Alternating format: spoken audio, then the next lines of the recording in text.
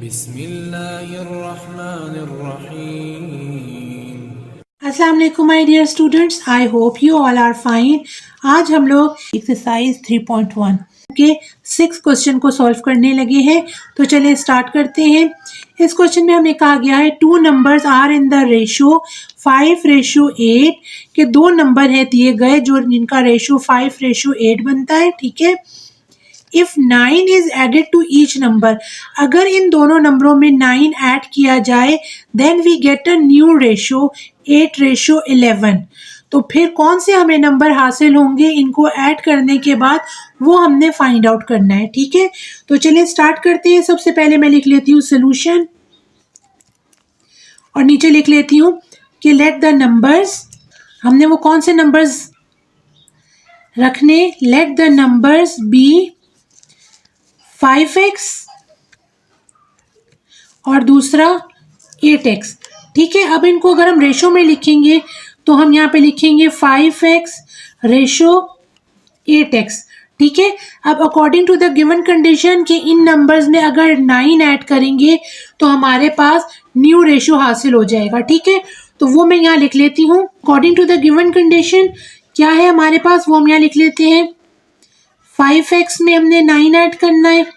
ठीक है, और रेशो लगा के दूसरे नंबर के साथ भी हमने 9 ऐड कर लेना है और वो किसके बराबर आ जाएगा, न्यू रेशो 8:11 के बराबर। ठीक है, अब ये हमारे पास एक सेट बन गया है। चलिए अब हमने इनको रेशो में लिख लिया है, अब आगे से हमने इनको फ्रैक्शन फॉर्म में लिखना है। ठीक है, तो यहाँ पे मैं लिख लेती हूँ 5x + 9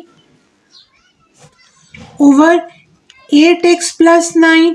ठीक है, और यहाँ पे इस रेशो को भी फ्रैक्शन फॉर्म में लिख लेती हूँ। ठीक है, अब आगे कर लेते हैं हम क्रॉस मल्टीप्लिकेशन। भाई क्रॉस मल्टीप्लिकेशन हमारे पास 5x + 9 किसके साथ मल्टीप्लाई हो गया, 11 के साथ, और यहाँ पे 8 किसके साथ मल्टीप्लाई हो गया, 8x + 9 के साथ। अब हम मल्टीप्लाई करते हैं तो ये हो जाएगा 11 5 = 55x + 11 9 = 99, 8 8 = 64x + 8 9 = 72।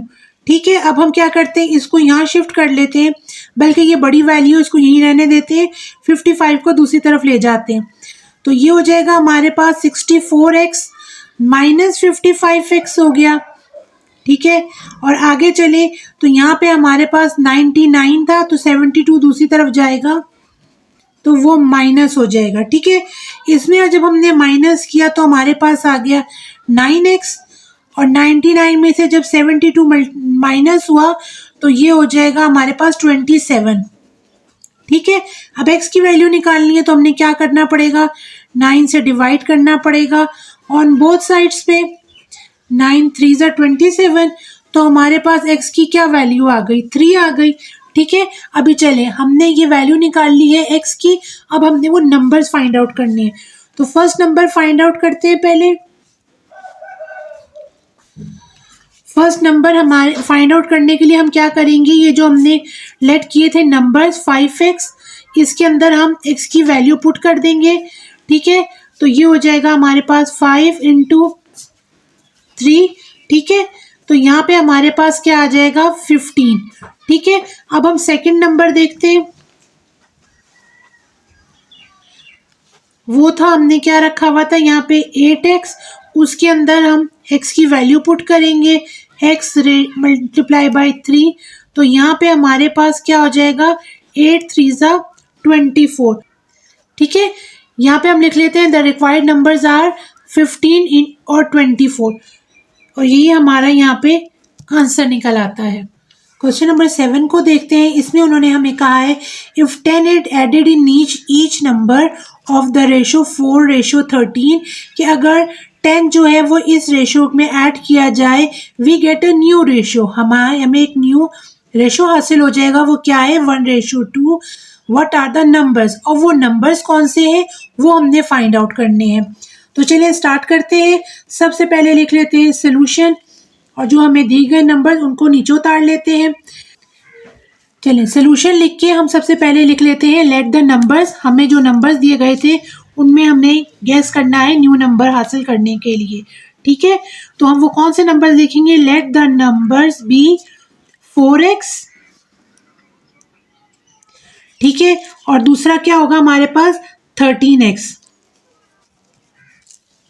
ये दो नंबर्स हैं। अब हम इन्हें लिख लेते हैं कैसे, कि जिस तरह हमें क्वेश्चन में कहा गया है, according to the given condition.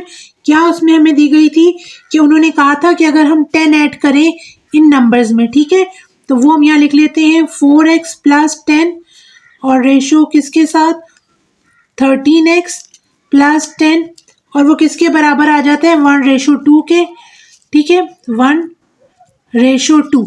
अब हमने ये रेशो फॉर्म में लिख लिया है। अब हम क्या करते हैं, इसको फ्रैक्शन फॉर्म में लिखते हैं, ठीक है, तो वो हम इस तरह आज ऐसे करके लिखेंगे 4x plus 10 over 13x plus 10 equals to 1/2। By cross multiplication हम क्या करेंगे कि हम 4x प्लस 10 को 2 के साथ मल्टीप्लाई करेंगे और 13x प्लस 10 को 1 के साथ, तो ये हो जाएगा 2 4s 8x प्लस 2 10s 20। 13 को 1 से मल्टीप्लाई करेंगे 13x प्लस 10 हो जाएगा। इसको बराबर कर लेते हैं कैसे, कि 8 को दूसरी तरफ ले जाते हैं, 13x माइनस 8x, और यहाँ पे क्या हो जाएगा 20 यहाँ पे था तो 10 दूसरी तरफ जाके माइनस हो जाएगा। तो 13 में से जब 8 निकालेंगे तो आ जाएगा 5x, और यहाँ पे आ जाएगा हमारे पास 10। x की वैल्यू निकालने के लिए क्या करेंगे, डिवाइड करेंगे 5 ऑन बोथ साइड्स, तो यहाँ पे हमारे पास x की वैल्यू क्या आ गई 2 आ गई। अब आगे सॉल्व करते हैं, यहाँ पे क्या करना है, हमने नंबर फाइंड आउट करना है। अब तो यहाँ पे हम लिख लेते हैं फर्स्ट नंबर क्या था हमारे पास 4x था, ठीक है। अब 4x में x की वैल्यू पुट करेंगे तो ये क्या आ जाएगा 8, और इसी तरह सेकंड नंबर फाइंड आउट करेंगे। सेकंड नंबर क्या था हमारे पास 13x, ठीक है, 13x, और उसके अंदर हम x की वैल्यू पुट करेंगे 2, तो हमारे पास 13 2s 26 आ जाएगा। रिक्वायर्ड नंबर्स आर 8 एंड 26, और यही हमारा आंसर है। क्वेश्चन नंबर 8 को देखते हैं। इसमें उन्होंने हमें कहा है find the cost of 8 kgs of mangoes if 5 kgs of mangoes cost 250। हमने 8 kgs ऑफ मैंगो की कीमत मालूम करनी है अगर 5 किलो मैंगोज की कीमत 250 है, ठीक है। तो हम यहाँ लिख लेते हैं सोल्यूशन। यहाँ हमने मैंगोज की जो कॉस्ट है वो x जो है वो गैस कर ली है। अब हम क्या करेंगे, यहाँ पे हम लिख लेते हैं रेशो का जो फॉर्मूला होता है वो यहाँ पे अप्लाई कर लेते हैं प्रोपोर्शन फॉर्म में लिखने के बाद, ठीक है। हमने यहाँ पे जो है वो प्रोपोर्शन फॉर्म में लिख लिया है इस वैल्यू को। जो हमारा रेशो का फॉर्मूला है वो कौन सा फॉर्मूला है, product of extreme is equals to product of means को ध्यान में रख के। तो देखिए यहाँ मैंने रेशो बना लिया मैंगोज के दरमियान में, और दरमियान में प्रोपोर्शन फॉर्म के दूसरी तरफ हमने दोनों कॉस्ट जो है वो रेशो की फॉर्म में लिख दी है, ठीक है। अब मैं यहाँ लिख लेती हूँ, ये मैंने रेशो का फॉर्मूला लिख दिया है, product of extremes is equals to product of means. अब हम क्या करेंगे, यहाँ पे जो मैंने ये मैंगोज और कॉस्ट लिखी थी वो उनके नीचे हम वैल्यूज बना लेते हैं, ठीक है। यहाँ पे हम लिख लेते हैं 8 रेशो, दूसरा क्या था 5 kg था हमारे पास, और ये किसके फॉर्म में था, प्रोपोर्शन फॉर्म में। यहाँ पे हम लिख लेते हैं x जो 8 kgs ऑफ मैंगो की कीमत हमने सोची थी, और दूसरी जगह जो है वो 5 kg ऑफ मैंगो की कीमत लिख लेते हैं, ठीक है। ये हमने करके अब हम इस फॉर्मूले को अप्लाई करेंगे। यहाँ पे वो कैसे अप्लाई करेंगे कि 8 को 250 से मल्टीप्लाई कर लेंगे, ठीक है, और दूसरी तरफ 5 को x के साथ मल्टीप्लाई कर लेंगे, ठीक है। तो ये जो मल्टीप्लाई करेंगे 250 को 8 के साथ, तो यहाँ पे हमारे पास क्या आ जाएगा 2000 आ जाएगा, और दूसरी तरफ क्या आ जाएगा 5x। अब यहाँ पे हम x की वैल्यू निकालेंगे, तो उसके लिए क्या करेंगे कि 2000 को 5 से डिवाइड कर देंगे, यहाँ पे भी और यहाँ पे भी, ठीक है। तो ये हमारे पास x कैंसिल, x की वैल्यू के लिए 5 कैंसिल हो जाएगा, ठीक है, और 5 4s 20 होता है, तो ये 00 7 लग जाएंगे यहाँ पे ठीक है। तो हमारे पास यहाँ पे x की वैल्यू क्या आ गई, 400 आ गई है। ठीक है, तो हमारे पास 8 kgs ऑफ मैंगो की जो कीमत है वो हमने निकाल ली है और वो आई है 400, और वो हम यहाँ पे लिख लेते हैं। Cost of 8 kgs of mango हमें क्या मिला है, 400। ठीक है, और इसके साथ ही हमारा ये क्वेश्चन भी कंप्लीट हो गया है। क्वेश्चन नंबर 9 को देखते हैं। उसमें उन्होंने हमें कहा है इफ A/B बराबर है 7/6 के, तो हमें वैल्यू फाइंड आउट करनी है किसकी, 3A + 5B/7B - 5A की। ठीक है, तो चलिए अब सोल्यूशन लिखते हैं और क्वेश्चन स्टार्ट करते हैं सॉल्व करना। ठीक है, सबसे पहले उन्होंने हमें क्या कहा है, A/B किसके बराबर है, 7/6 के, वो हम यहाँ लिखते हैं। ठीक है, अब इसे फ्रैक्शन फॉर्म में लिखते हैं, A/B और इधर क्या हो जाएगा 7/6। अब हमें वैल्यू किसकी फाइंड आउट करनी है, इसकी, तो वो हम यहाँ लिख लेते हैं। ये हमने वैल्यू नीचे उतार ली है, अब इसको फ्रैक्शन फॉर्म में लिखते हैं। ठीक है,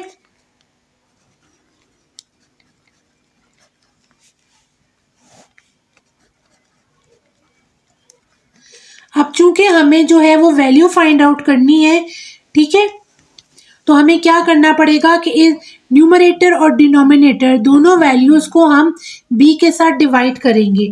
ठीक है, तो वो मैं यहाँ लिख लेती हूँ। अब हम डिवाइड करने लगे हैं, तो यहाँ पे मैं लिख लेती हूँ 3A + 5B divided by b,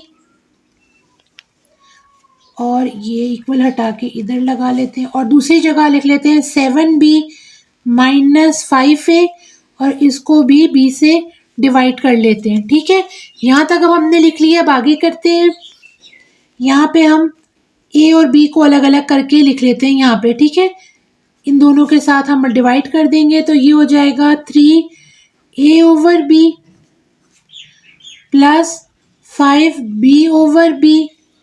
ठीक है, और नीचे लिख लूँ तो ये हो जाएगा 7B/B - 5A/B।